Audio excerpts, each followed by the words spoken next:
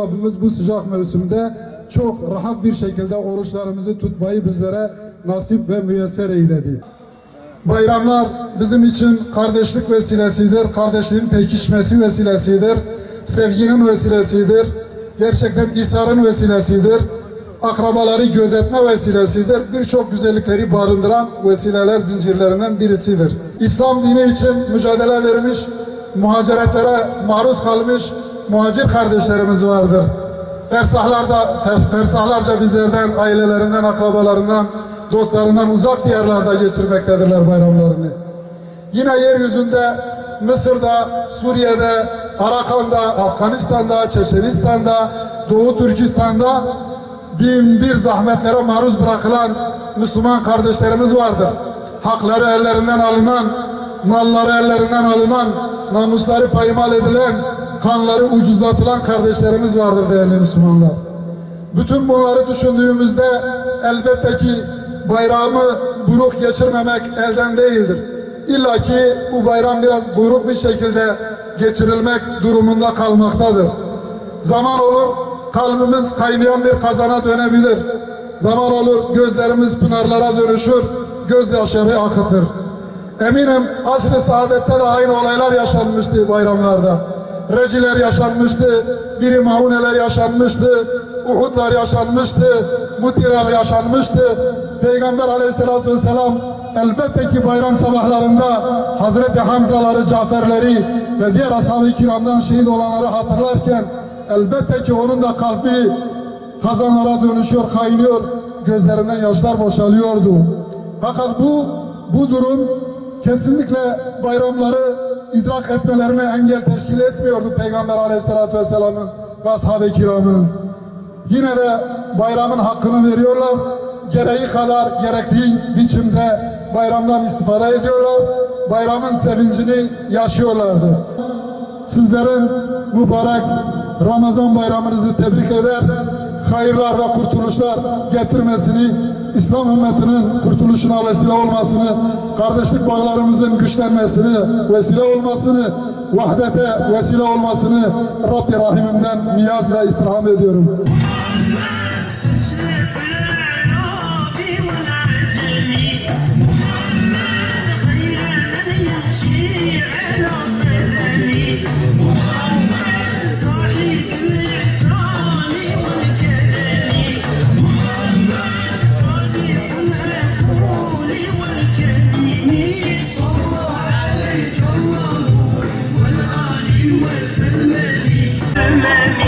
Muhammed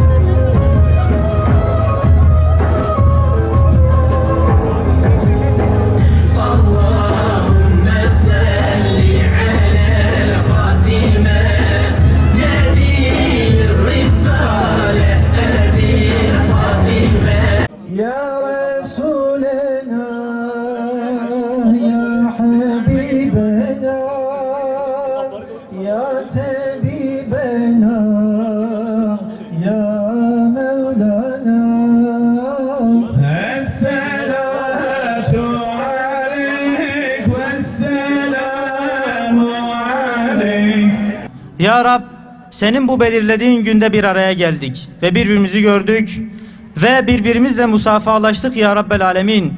Bu bir araya gelişimizi bütün İslam ümmetinin de aynı şekilde bir araya gelmesine vesile kıl ya Rabbel Alemin.